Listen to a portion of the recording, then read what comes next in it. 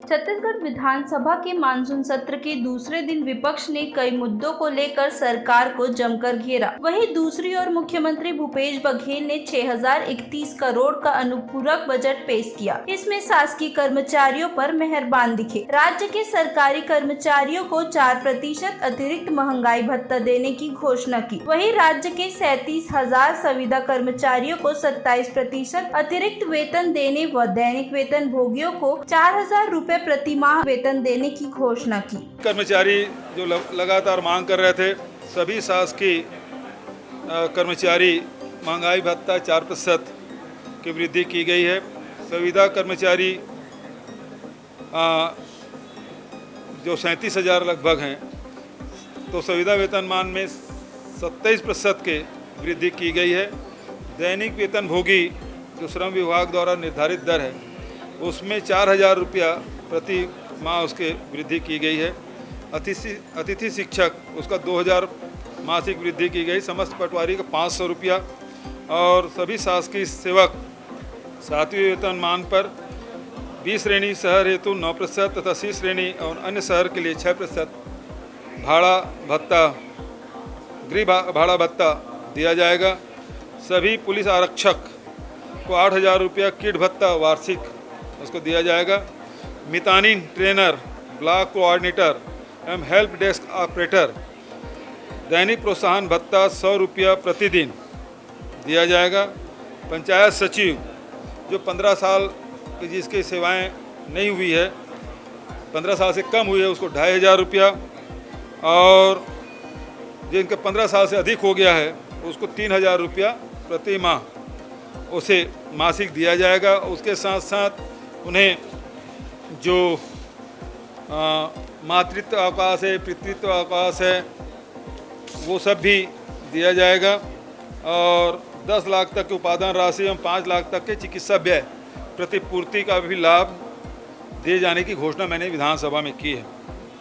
तो इस प्रकार से जो कर्मचारी लगातार आंदोलनरत थे, मांग कर रहे थे, उसकी घोषणा मैं की। अब जो बजट है, मुख्य बजट 1,21,500 करोड़ का था, अब 6,032 करोड़ मिला के अब 1,27,532 करोड़ का आकार हो चुका है। तो ये राजकोषीय जो घाटा है वो 15,199 करोड़ का है और वर्ष 23-24 के लिए जो GSDP है वो 5,09,043 करोड़ का है। अनुपूरक सहित राजकोषीय घाटा 20,040 करोड़ का है।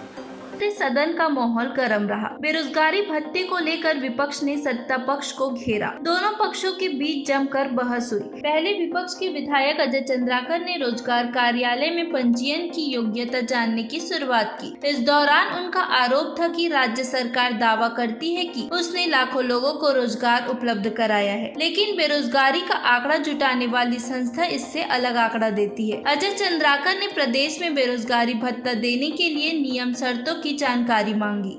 अजय चंद्राकर के सवाल पर उच्च शिक्षा मंत्री उमेश पटेल ने जवाब दिए। जवाब में विपक्ष असंतुष्ट रहा। दोनों तरफ से तीखी नोकझोंक होती रही। चंद्राकर के सवाल पर मंत्री उमेश पटेल ने जवाब में तंज कसते हुए कहा कि वैसे अजय चंद्राकर जी अभी जाकर पंजीयन कराएंगे तो उनका हो जाएगा, लेकिन वर्तमान में विधायक है, अभी न जाए, नहीं तो मैसेज अच्छा नहीं। अजय चंद्राकर की टिप्पणी से सत्ता पक्ष के लोग बिफर गए, जिसके बाद हंगामे की स्थिति बन गई। तब विधानसभा अध्यक्ष ने खड़े होकर हंगामा शांत कराया। वहीं दूसरी ओर शिवरतन शर्मा ने कहा कि छत्तीसगढ़ के बेरोजगारों को गुमराह किया जा रहा है। भाजपा के सदस्य इस मामले में मंत्री के जवाब से असंतुष्ट नजर आए। नारायण चंदेल ने कहा कि बेरोजगारी का मापदंड रोज बदला जा रहा है। उसके बाद भाजपा सदस्यों ने हंगामा किया।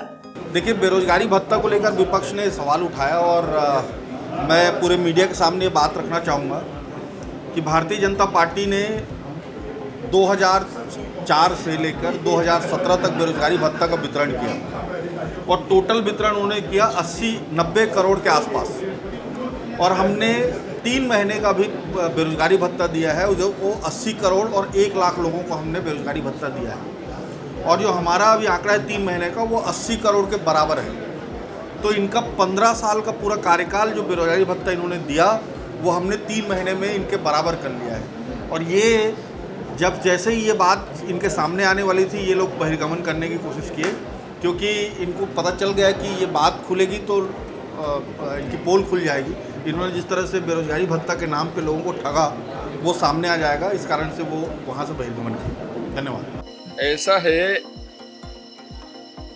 कि सरकार ने 2 आंकड़े प्रस्तुत किए हैं प्राइवेट संस्था के, जिसकी कोई मान्यता नहीं है, वो सरकार स्वीकार कर चुकी।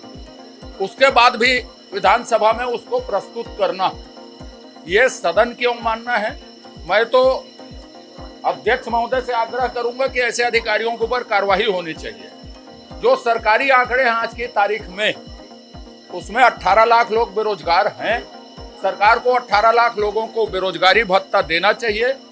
जितने लोगों को वो दे रही है किस्त किस्त में, वो बेरोजगारों का अपमान कर रही है और ये सरकार अपने घोषणा पत्रों से पीछे हट रही है। मानसून सत्र के पहले दिन विधानसभा मार्ग पर अनुसूचित जाति जनजाति के युवाओं के नग्न प्रदर्शन और उन युवाओं की गिरफ्तारी का मामला सदन में गूंजा। विपक्ष ने इस मामले पर सरकार को जमकर घेरा। नेता प्रतिपक्ष नारायण चंदेल, पूर्व मुख्यमंत्री रमन सिंह, बृजमोहन अग्रवाल, धर्मलाल कौशिक, अजय चंद्राकर, शिवरतन शर्मा, कृष्णमूर्ति बांधी, धर्मजीत सिंह, इंदु बंजारे सहित विपक्ष ने इस प्रदर्शन के लिए सरकार को जिम्मेदार ठहराया। किसी भी सरकार के लिए अत्यंत ही शर्मनाक है। ऐसी परिस्थितियां बनी क्यों? जबकि उन नौजवानों ने पहले सरकार को, प्रशासन को अल्टीमेटम दिया था कि अगर फर्जी जाति प्रमाण पत्र की जांच नहीं होगी, हमारे हक को मारा गया है और अगर इस पे कोई कार्रवाई नहीं होती तो हम नग्न प्रदर्शन करने के लिए बाध्य होंगे।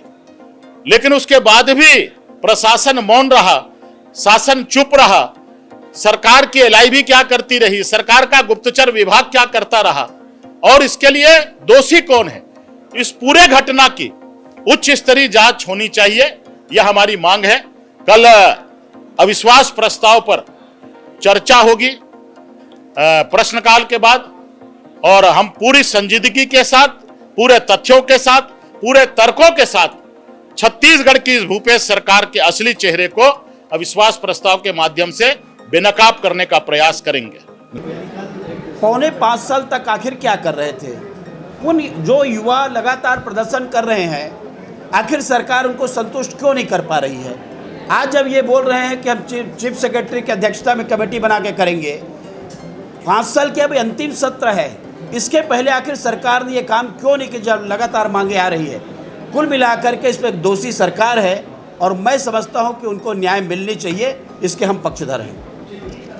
उप मुख्यमंत्री टीएस सिंहदेव ने घोषणा पत्र के मुद्दे पर कहा, जी, अर्धनग्न व्यवस्था में हम लोगों ने भी कुछ वीडियो रिकॉर्डिंग देखी, जिसमें कुछ युवा सड़क पे दौड़ रहे थे।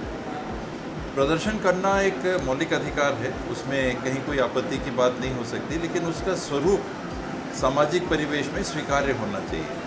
महिलाएं भी उस सड़क से आना जाना करती हैं, अन्य लोग भी आना जाना करते हैं, और ऐसी अवस्था में प्रदर्शन करने की पहल करना, इसको मैं उचित नहीं मानता। शेष जो उनकी मांगे हैं ये बिल्कुल जायज़ हैं कि अगर गैर अनुसूचित जाति जनजाति के नाम पे गलत प्रमाण पत्र लिए गए हैं तो कार्रवाई होनी ही चाहिए, और मुझे पूरा विश्वास है कि शासन के संज्ञान में बात है, वो कार्रवाई चल रही होगी और होगी कार्रवाई। ऐसे ही देश विदेश की तमाम बड़ी खबरों से जुड़े रहने के लिए हमारे YouTube चैनल को लाइक, सब्सक्राइब, शेयर करना ना भूलें।